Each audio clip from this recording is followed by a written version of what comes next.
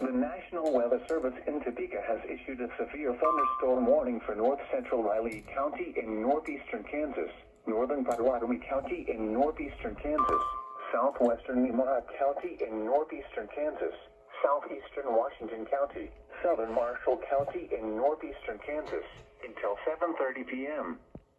At 6:59 p.m., a severe thunderstorm was located near Westmoreland, moving northeast at 35 miles per hour. Expected hazards include 60 miles per hour wind gusts and quarter-size hail. This is a radar-indicated threat. The following impacts are expected. Hail damage to vehicles is expected.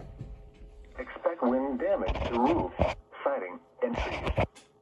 Locations impacted include Blue Rapids, Westmoreland, Blaine, Frankfort, Onega, Waterville, Oldsburg, Randolph, Wheaton, Tuttle Creek Lake, and Lillis.